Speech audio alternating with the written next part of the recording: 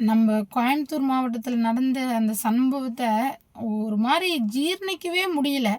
இதில எது சரி, எது தப்புங்கிற கருத்துக்கெல்லாம் வரல. ஏன்னா, ஏதாவது ஒரு வகையில எல்லாருமே ஒரு சில தப்பு செய்யத்தான் செய்வோம். அது வெளியில தெரியாத வரைக்கும் அது சரி. தெரிஞ்சதுன்னா தப்பு அப்படித்தான்.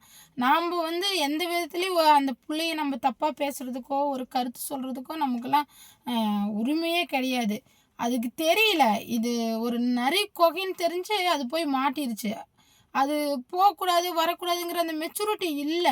ஒரு சில வயசு புள்ளைங்க, வயசு கோளாறுல ஃப்ரெண்ட்ஸு, பையன் அ லவ்வருன்னு சொல்லி ஒரு பக்கம் போய் பர்சனலா நின்னு பேசணும், புடிக்கணுங்கிற ஒரு இதெல்லாம் எல்லாத்துக்கும் வர ஒரு நார்மலான ஃபீலிங் தானேங்க. அதை ஏன் எல்லாம் கேவலப்படுத்தி, கொச்சப்படுத்தி இது பண்றீங்கன்னு புரியல. இப்போ அ அந்த 3 பேர்த்த போலீஸ் புடிச்சாங்க இல்லையா? அக்யூஸ்டுன்னு புடிச்சு காலுக்கு கீழ சுட்டு புடிச்சாங்க.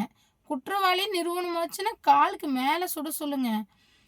இப்போ அந்த பொண்ணுக்கு அது பட்ட கஷ்டம் அப்போ வலிச்சது கூட இப்போ சுயநலவுல இருக்கும்போது நம்ம பேசுகிற பேச்சும் சொல்கிற கருத்தும் தாங்க அதுக்கு ரொம்ப அதிகமான வலியை கொடுக்கும்.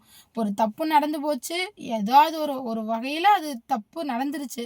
ஆனால் அந்த தப்பை சரி பண்ணுறங்கிற பேரில் ஒவ்வொருத்தரும் ஒவ்வொரு கருத்து சொல்லி அந்த பொண்ணை எவ்வளோ கொச்சப்படுத்தணுமோ அவ்வளோ கொச்சப்படுத்துறீங்க. அதுக்கு தெரியல, தெரியாமல் நடந்த ஒரு சில ஒரு விஷயத்த ஏங்க இவ்வளோ பேசணும்? அதுக்கு ஒரு சொல்யூஷன் கண்டுபிடிங்க. இந்த மாரி இனிமேல் இந்த தப்பு நடக்கக்கூடாது. புள்ளைங்கலாம் சேஃபா இருங்க. எல்லாரும் எல்லா நேரத்துலயும் கூட கண்டிப்பா வர முடியாது.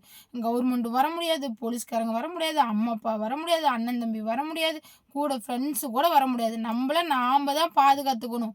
எந்தெந்த இடத்துல போனா நமக்கு சேஃபு, எங்க போலாம், வரக்கூடாது, அத நாம தான் முடிவு பண்ணணும். தயவு செஞ்சு அத நாம தானே முடிவு பண்ணணும்.